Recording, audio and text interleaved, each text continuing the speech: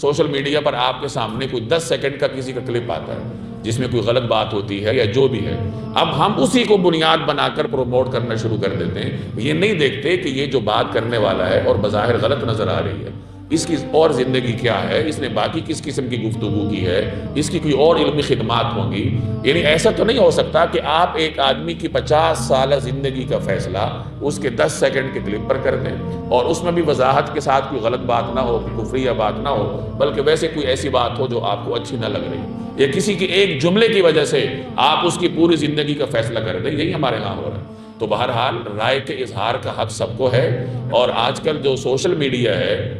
اس کی رسائی ہر نوجوان